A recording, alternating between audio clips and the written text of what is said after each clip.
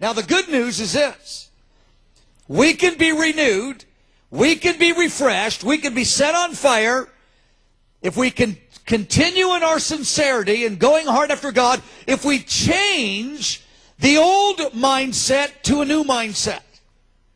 But if you don't change your mindset, the way that you see God and the way that you understand that He sees you, you can fast and pray more and more, but I don't believe you will get the breakthrough that God has desired to give you. Now the key, one of the keys, God spoke to Abraham. We're going to look at John the Apostle for just a few minutes. But before we look at John, we're going to look at the key principle, one of the key principles. And God spoke this audibly to Abraham. Now we know that Abraham was the father of the faith. In many ways, you could say Abraham was the first covenant believer. He was the first believer in the way that we understand the Old and New Covenant.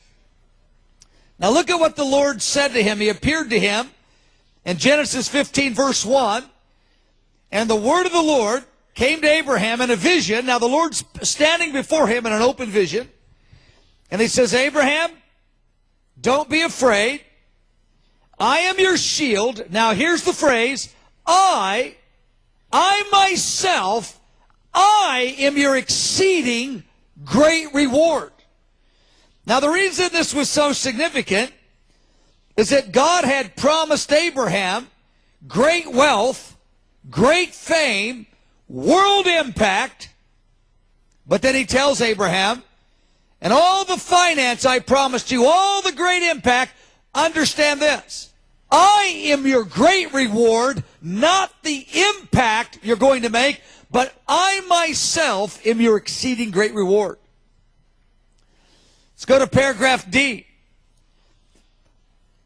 There's two main categories of God's favor or God's blessing or God's reward in our life. Two main categories. The first category I call our primary reward. And the second category is our secondary rewards. It's everything else. Our primary reward is Jesus Himself.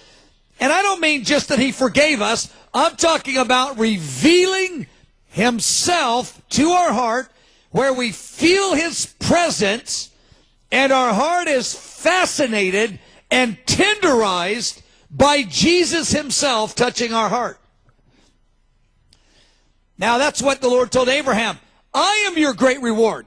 I myself will touch your heart. Now our secondary rewards are the things that God promises about money, about ministry, about relationships, etc., etc.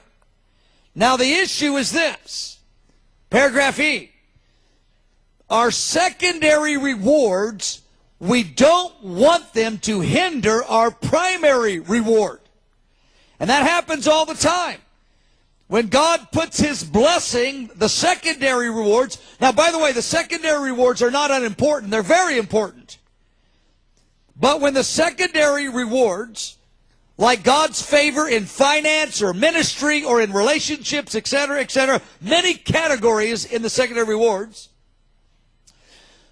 when the secondary rewards become primary, then our relationship with Jesus gets hindered.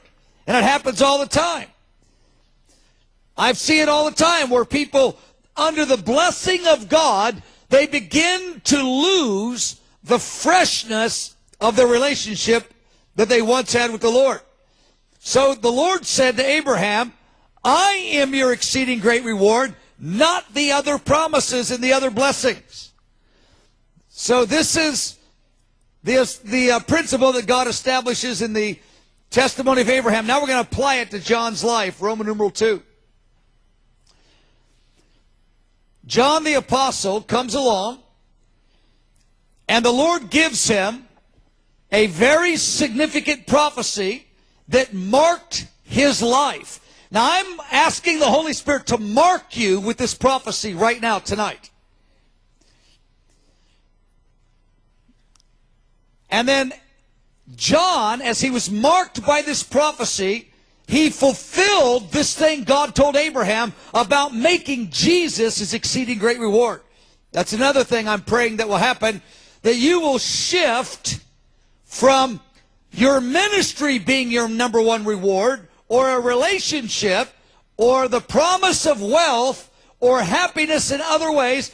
That will shift to the Lord himself becoming your primary reward. It says here in Mark chapter 3, Jesus called James and his brother John, they were two brothers. He called them sons of thunder. Now this was a prophetic name that marked their heart. Now the Lord is calling many of you tonight sons of thunder. In the way that I'm applying this passage tonight to this teaching, you can apply it to your heart. Now let's tell a little bit of the story here. John was only about 20 years old. Many think that he was about 18 or 19 years old. When the Lord looks him in the eyes and says, I'm going to give you a new name. You're not just John, but the way that God sees you, you are a son of thunder. Now this marked his heart, and it made John alert that God was about to do a mighty work in him. God was about to do a mighty work in him. So I'm wanting you to be alert that God is going to do a mighty work in some of you by drawing you to his heart as a son of thunder. Now, being a son of thunder described the way that John carried his heart with God and the way that he functioned in his ministry. Now, John started out being a son of thunder in his natural personality, in his fleshly personality. We're going to find out in a few minutes that John had a thunderous personality in a negative sense, in terms of his pride and his ambition.